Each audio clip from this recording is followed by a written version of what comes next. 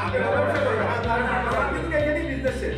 আপনি যদি দেখেন আমার কিন্তু বিজনেসটা এখানেই শেষ। আমরা একটা প্রাইস করব, তারপরে আমরা ক্লোজ দিছি, আমাদের কোনো ক্লোজ থাকে ঠিক আছে? হ্যাঁ, ওটা আপনার সুবিধার জন্য। হ্যাঁ, অফকোর্স আপনি আমার সুবিধা দিচ্ছেন, আমি আপনার সুবিধাটা রাইখেই হচ্ছে আমি আমার বিজনেস তো এখানেই শেষ। সিরিয়াসলি কোনো আমার কাছে না আছে, আমি তো বাকি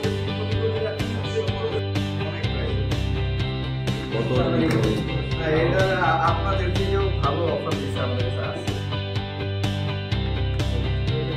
আমরা অলরেডি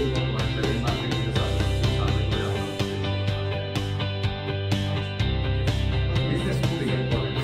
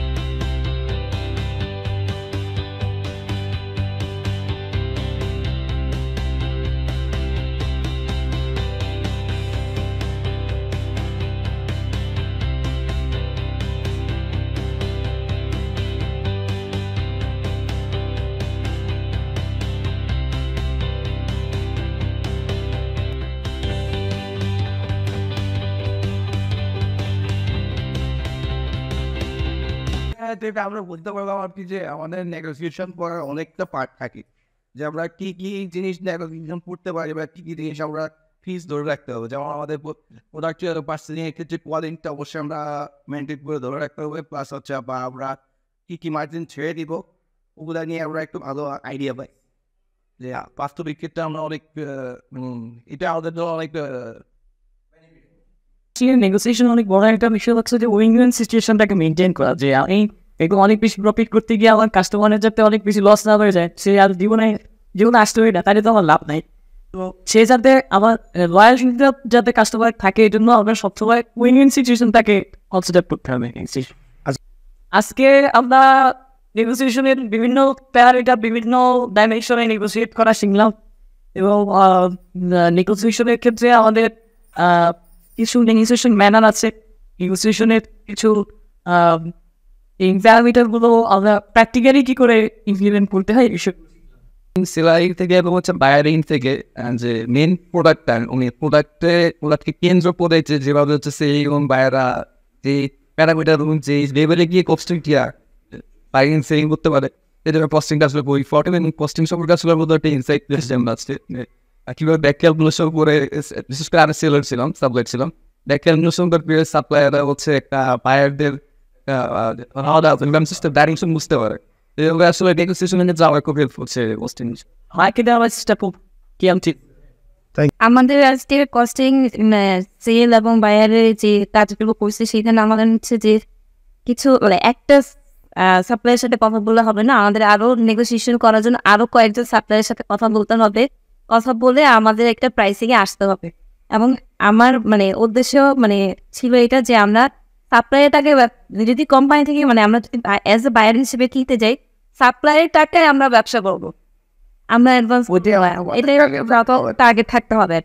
এটাই আমাদের ছিল আর কি, একটা শিক্ষা ছিল যে আমরা অ্যাডভান্স দিয়ে বাই নিয়ে অনেক কথাবার্তা বলছি, অনেক নেগোসিয়েশন করছি। কথা বেশি বাড়ানো যাবে না সাপ্লাইয়ারদের সাথে, মূল কথায় আসতে হবে আর কি।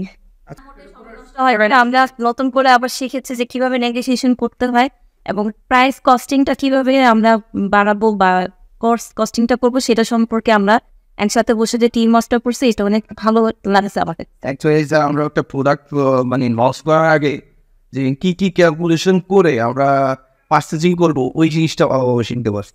যে আমাদের পার্চেসিং এর রেট যদি হাই হয়ে যায় তাহলে আমাদের প্রোডাক্ট কস্টটা পড়ে যাবে বেশি, আমাদের রেভিনিউটা কত আসতেছে ওইটা আমরা ক্যালকুলেশনটা শিখতে পারছি। আচ্ছা আচ্ছা, আজকে আমি যে সাপ্লাই হিসেবে ছিলাম সো এখানে শিখেছি যে এটা শিখেছি যে কখনো যে ওনাদের কনভিন্স খাওয়া যাবে না বায়ারদের কাছে, কারণ বায়াররা খুবই আমাদের যেটা বাজেট থাকে এটা তারা বুঝতে চায় না, তাদের বেনিফিটটাই এই যেটা ভালো সব আমাদের বেনিফিটটা আমাদের সেটা মানে যে বা হচ্ছে সাপ্লায়ারদের শিখতে হবে। আচ্ছা সেটা তো স্যার প্রথমে তো স্যার অনেক বড় কিছু দেখায় যে ওনারা অনেক বড় যখন আমরা চাই তখন ওইভাবে দেয় না।